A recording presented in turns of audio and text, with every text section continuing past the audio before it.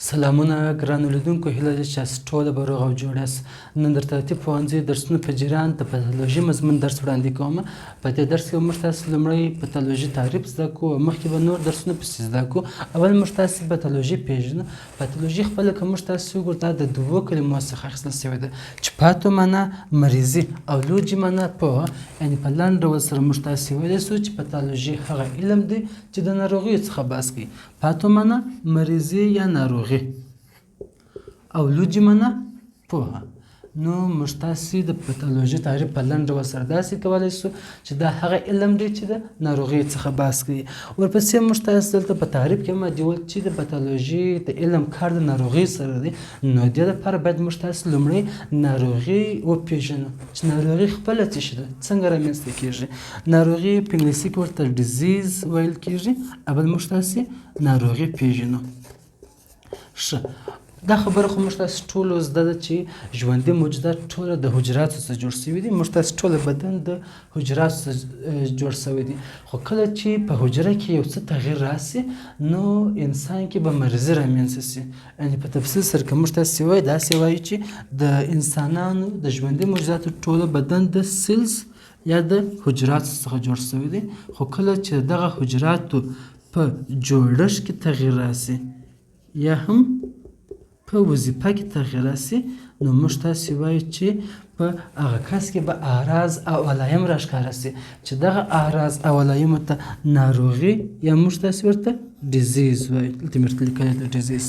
نو په لنډ ډول سره داسې ویلی سو چې ټوله ژوندي موجوداتو بدن د حجراتو څخه جوړ شوی دی.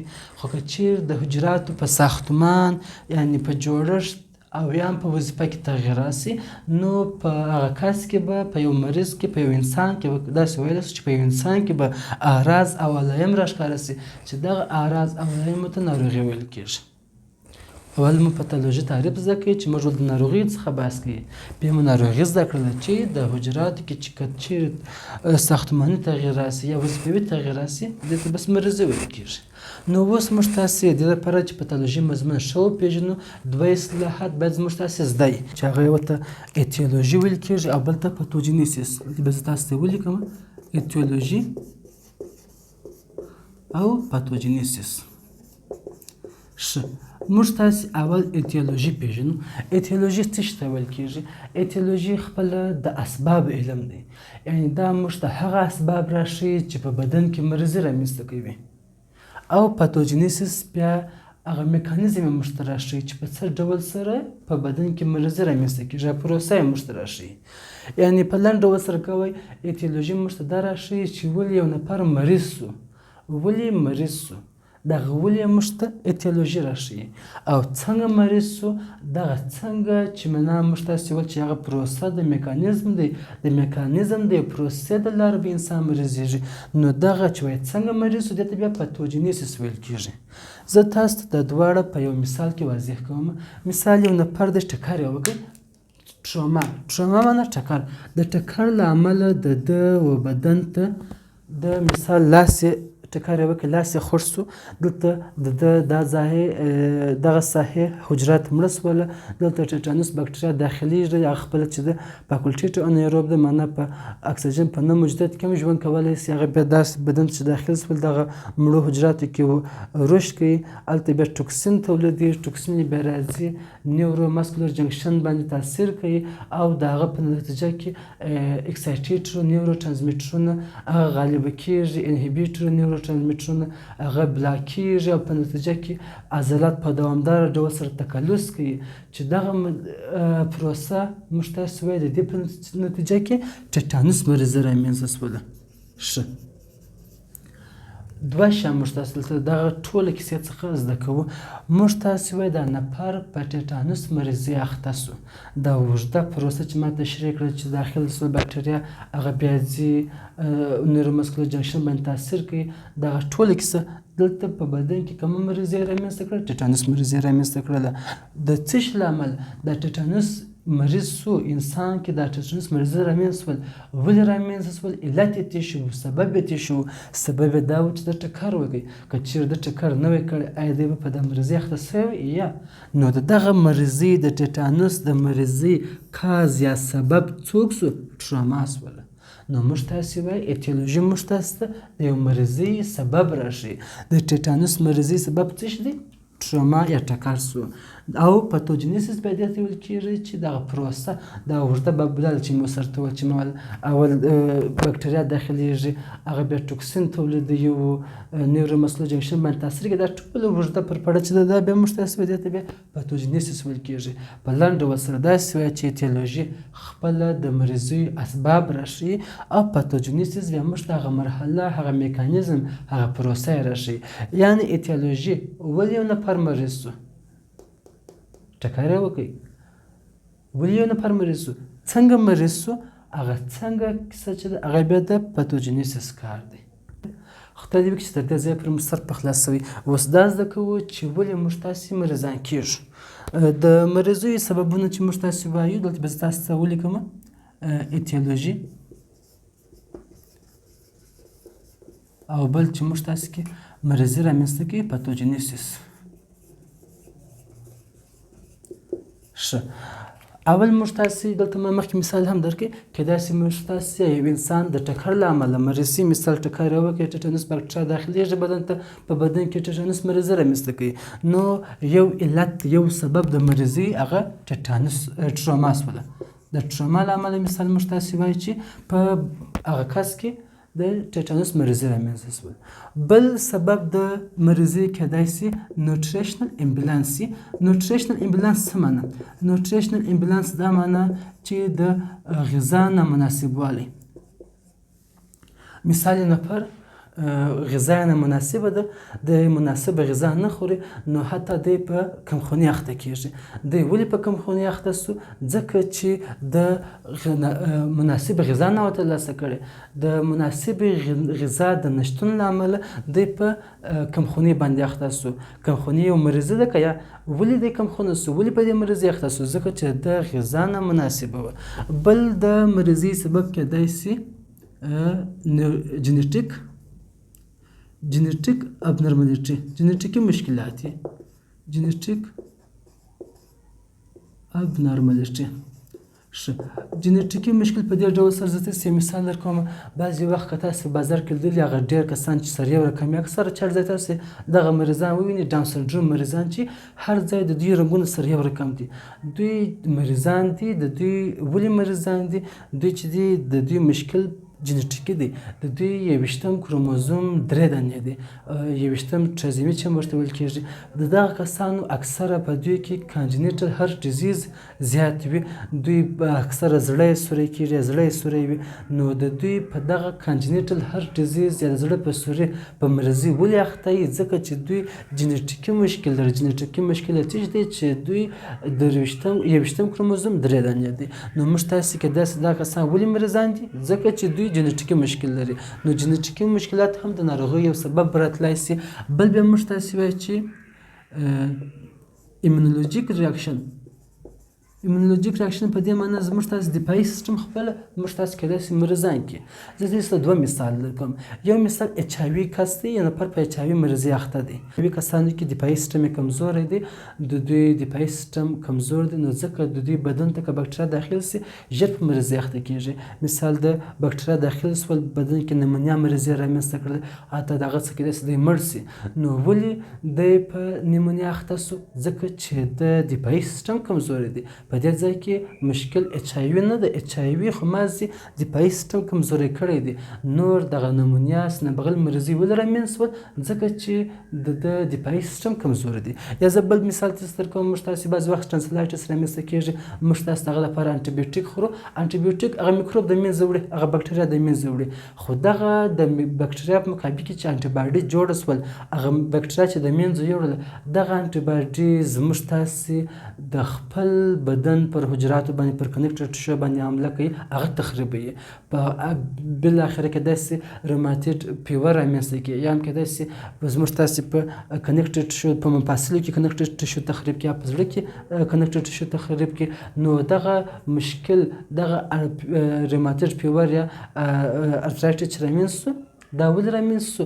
ځکه چې د دفاعي سیستم له امله زموږ ستاسې دفاعي سیستم خپله د مرضي رامنځته کړله. په دې ځای کې چې زموږ ستاسې کنکټډ ټشو تخریبېږي د بکټریا له امله نه تخریبېږي. مشکل دا دی چې بکټریا خو بدن ته راغلې وه، موږ انټي بیوټیک استعمال کړي، بدن کې انټي باډي جوړه شول، هغه بکټریا د منځه یوړله. خو اوس دغه انټي باډي زموږ ستاسې په خپل حجراتو باندې هم حمله کوي. نو مشکل دا دی چې زموږ ستاسې حجرات خپله د خپل دفاعي سیستم په واسطه د منځه ځي او په بدن کې مرضي رامنځته کوي. بل سبب کېدای شي د مرضي سبب هغه موږ تاسې وایي انفیکشن یا انتان، مختلف انتاناتي بکټریا د وایرس دی پرازیټوین دی بدن ته داخلېږي، مرضي رامنځته کوي. دا خو ټولو ته معلومه ده. بل سبب کېدای شي موږ تاسې چې مریضان سو هغه د ټوکسین له امله. ټوکسین څه مطلب؟ موږ تاسې بعضې وخت بکټریا مثال د موضوع په مثال کې واضح کوم. مثال موږ تاسې د ماښام خواړه ساړه وي، هغه ساړه ته پټوو، هغه تودوو. کله چې موږ تاسې توده کړو بیا هغه خورو، په دې وخت کې موږ تاسې خوشحاله چې ولا دې خواړه مو ښه تاوده کړله، نو هغه میکروبونه او بکټریا که چیرې وي هغه به د منځه تللي وي. صحیح دی، بکټریا به د منځه تللي وي، خو په دې ځای کې د بکټریا ټوکسینونه پاتېږي، هغه په تودوخه سره ژر د منځه نه ځي. دغه ټوکسین کېدای شي زموږ بدن ته داخل سي او په بدن کې ډیاریا یا فوډ پویزنینګ رامنځته کړي په 40 ساعته کې. نو دغه ډیاریا ولې رامنځته شوله؟ بکټریا نه ده، بکټریا خو د منځه ولاړله، هغه خو تا د تودوخې په واسطه باندې چې تا هغه کتغ یا خواړه تاوده کړه، بکټریا خو د منځه یوړه، خو ولاړله، خو د هغې ټوکسین پاتې شوی و. د هغه ټوکسین له امله ستا په بدن کې مرضي رامنځته شول. دغه ټوله د مرضي سببونه دي، دا د مرضي اسباب دي. د دغه سبب په واسطه باندې کېدای شي په یو نفر کې مرضي رامنځته شي. نو موږ تاسې وویل چې دغه ټوله اسباب د مرضي دي، د دغه سبب په واسطه کېدای شي په حجراتو کې یا هم ساختماني تغییر راسي او یا هم وظیفوي تغییر راسي. چې کله په حجراتو کې ساختماني یا وظیفوي تغییر راسي یا هم په یو عضو کې یا په یو ارګان کې، نو په نتیجه کې به یو نفر په مرضي اخته سي. په لنډ ډول سره زه تاسو دا پروسه بیا تشریح کوم. موږ تاسې ولې مریضان کېږو؟ د مرضي اسباب دغه شیان دي. کېدای شي ټکر وکړو، د ټکر له امله مریض شو، کېدای شي غذا مو نامناسبه وي، کېدای شي جنیټیکي مشکلات ولرو، کېدای شي خپل دفاعي سیستم کې مشکلات وي، کېدای شي انتان بدن ته داخل سي او یا هم کېدای شي ټوکسین داخل سي. د دغه سببو له امله په بدن کې په حجراتو کې په عضو کې ساختماني او وظیفوي تغییر راځي. چې دغه ساختماني او وظیفوي تغییر په یو کس کې اعراض او علایم راښکاره کوي، چې دغه اعراض او علایمو ته ناروغي یا ډیزیز ویل کېږي. خدای دې وکړي چې تر دې ځایه پورې مو سر په خلاص شوی. دویم موضوع ته راځم. موږ تاسې وایو چې زموږ تاسې د بدن ټوله حجرات د هومیوستازیس په حالت کې دي. هومیوستازیس معنا په داخلي ثبات په حالت کې دي. زه تاسو ته مثال درکوم. هومیوستازیس داسې یو حالت دی چې زموږ تاسې په حجراتو کې په څونه اندازه چې سوډیم دی، څونه پوتاشیم دی، څونه چې د باندې دي د دغه حجرو د خارج حجرو سره د میټریکس سره اړیکې دا باید ټوله مناسب وي. دغه د حجرو مناسب حالت ته هومیوستازیس ویل کېږي، چې هم په داخل کې هم په خارج کې اړیکې سمې، هم داخلي محتویات په متناسب اندازه باندې وي. دې ته هومیوستازیس ویل کېږي. کله چې زموږ تاسې پر حجراتو باندې تنبیه یا سټرس وارد سي، سټرس یا تنبیه زموږ حجراتو باندې وارد سي، اول زموږ تاسې حجره څه کار کوي؟ اول زموږ تاسې حجره دا کار کوي چې د هغه بهرنۍ تنبیه په مقابل کې خپل ځان عیار کړي، د هغه سره دی غواړي چې توافق وکړي، اډپټیشن کوي. دا بیا موږ تاسو د خیر سره د اډپټیشن جلا فصل هلته بیا هم په تفصیل سره وایو. ښه، اول زموږ تاسې که چیرې زموږ پر حجراتو باندې سټرس یا فشار یا تنبیه وارده سي، زموږ بدن کوشش کوي چې اول ځان ورسره عیار کړي، اډپټیشن کوي. مثال باډي بلډر دی، باډي بلډر مثال درانه وزنونه پورته کوي، مثال ورزلاتو باندې ډیر زور راځي، دلته پر دې عضلاتو باندې چې زور راغی فشار ډیر پر راځي، نو دغه عضلات کوشش کوي چې دغه فشار د دغه تنبیه دغه سټرس په مقابل کې ځان عیار کړي. نو حجره خپل سیز غټوي. دا ځای کې زموږ تاسې وایي چې هغه کسان چې باډي بلډینګ کوي هغه د عضلات څنګه غټ راپرسېدلي، دا ځکه په دې خاطر چې دوی د دې ځای عضلاتو توافق کړی، اډپټیشن کړی دی. خو بعضې وخت که چیرې دغه سټرس تر نارمل حد زیات سي نو بیا په حجراتو کې انجري رامنځته کوي.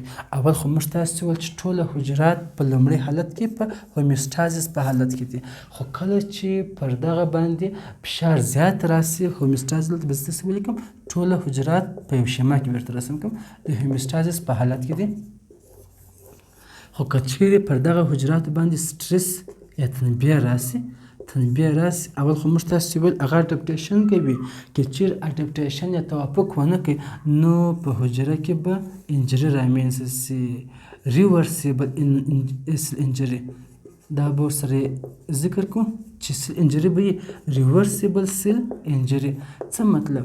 یعنې که چیرې پر حجراتو باندې داسې تنبیه وارده سي چې هغه بیا اول سر کې که چیرې د تنبیه وارده سي فشار وارد سو دغه فشار ډېر وخت دپاره نه وي، لږ وخت دپاره مثال بیرته که چیرې موږ تاسې هغه تنبیه له منځه یوسو هغه مصبي فکټور له منځه یوسو نو زموږ تاسې دغه انجري ریورس کېږي، بیرته جوړېږي، حجره بیرته د انجر حالت څخه اوړي بیرته جوړېږي. نو موږ تاسې وایي که چیرې د حجراتو باندې فشار وارد سي، سټرس پر راسي، تنبیه پر وارده سي هغه اډپټیشن کوي. که چیرې اډپټیشن ونه کوي توافق یې ونه کوي نو حجره کې سل انجري رامنځته کېږي. خو دا به داسې سل انجري چې ریورسیبل به وي، بیرته کېدای سي خپل اصلي حالت ته راسي که ته چیرې هغه مثبي فکټور یا هغه سټرس له منځه یوسي، هغه فشار له منځه یوسي یا کم کړي. که چیرې دغه فشار یا دغه تنبیه یا دغه سټرس دوامداره سیور شدید او د ډېر وخت دپاره نو کېدای سي بیا حجره و ایریورسیبل سر انجري ته ولاړه سي. ایریورسیبل سر انجري ته چې کله ولاړله دا حجره بیا بیرته نسي جوړېدلی. د دې په نتیجه کې حجره باید خامخا مړه سي، باید مرګ ته ولاړه سي، مړه سي. کېدای سي یا هم د نیکروزس په مرګ باندې مړه سي حجره، بیا موږ تاسې پر روان درس کې وایو، او یا هم د اپوپټوزس په مرګ باندې مړه سي. نو موږ تاسې دا زده کوو چې که چیرې پر حجراتو باندې سټرس یا تنبیه وارده سي هغه که اډپټیشن یې ونه کوي نو په حجراتو کې انجري رامنځته کېږي، ریورسیبل انجري. معنا که چیرې بیرته په لومړنیو وختونو کې په اول سر کې بیرته هغه مثبي فکټور چې دغه انجري یې رامنځته کړې وه یا هغه سبب یې د منځه یوسي کېدای سي بیرته حجره جوړه سي، نو ځکه دې ته ریورسیبل ویل کېږي. او ایریورسیبل بیا دې ته ویل کېږي دا بیا د انجري هغه ډول دی که چیرې دغه انجري یا د تنبیه که چیرې د تنبیه یا دغه سټرس د ډېر وخت دپاره پاتې سي یا هم شدید سټرس شدیده تنبیه نو بیا زموږ تاسې حجره انجر کېږي، خو هغه به ایریورسیبل انجري، هغه حجره بیا بیرته نه جوړېږي چې بیا به کېدای سي حجره خامخا په دې کې نو بیا حجره مړي ځکه جوړېږي نه نو حجره مري، کېدای سي د نیکروزس د لارې ومري او یا هم کېدای سي د اپوپټوزس د لارې ومري. نو دا زموږ تاسې د نن ورځې درس و. خدای دې وکړي چې یو شی مو ځینې زده کړی وي. په لنډ ډول سره موږ تاسې څه شي زده کړله؟ پتالوژي د علم تعریف ما اول زده کړئ چې پتالوژي د ناروغیو څخه بحث کوي. بیا مو ناروغي وپېژندل چې ټول ژوندي موجودات د حجراتو څخه جوړ سوي دي.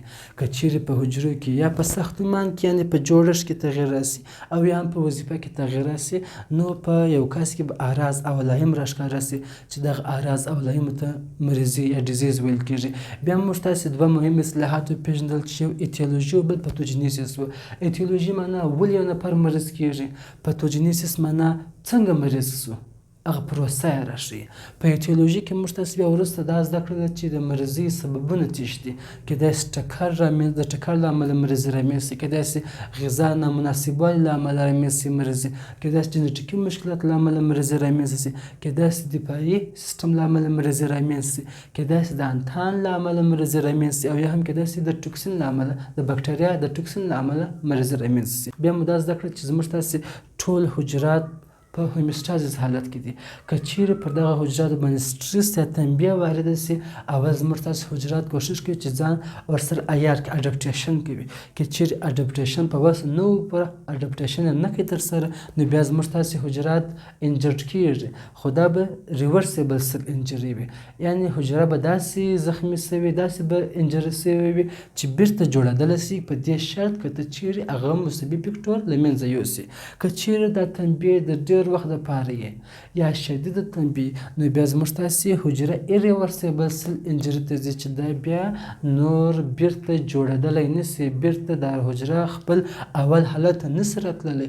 نو دې دپاره خامخا دا حجره بیا مړه کېږي، سل ډیت ورته وایي، یا به د نیکروزیس په مرګ باندې مړي او یا د اپوپتوزیس په ډول سره مړي. نو دا زموږ تاسې د نن ورځې درس و. خدای دې وکړي چې ستاسو لپاره یو څه ګټور ثابت شوی وي. نو تر بل درسه پورې خدای په امان، ښې چارې، ښه وخت. السلام علیکم.